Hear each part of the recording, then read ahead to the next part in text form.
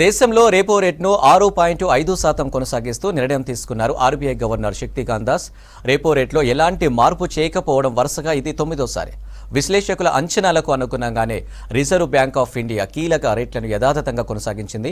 మంగళవారం ప్రారంభమైన పరపతి విధాన కమిటీ సమావేశ నిర్ణయాలను ఆర్బీఐ గవర్నర్ శక్తికాంత్ దాస్ ప్రకటించారు.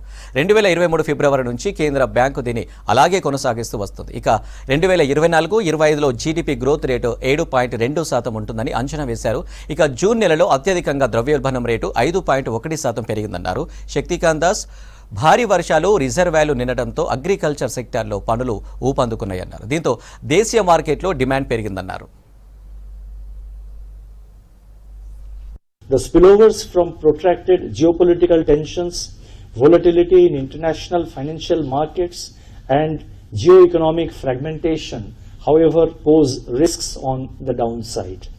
Taking all these factors into consideration, real GDP growth for 2024-25, that is for the current year, is projected at 7.2%, with Q1 at 7.1%, Q2 at 7.2%, Q3 at 7.3%, and Q4 at 7.2%. Real GDP growth for Q1 25-26, and this is something which we are giving for the first time. Real GDP growth for Q1 of next financial year, that is 2025-26, is projected at 7.2%.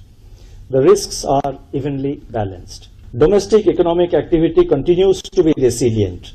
On the supply side, steady progress in southwest monsoon, higher cumulative Kharif sowing, and improving reservoir levels augur very well for the Kharif output.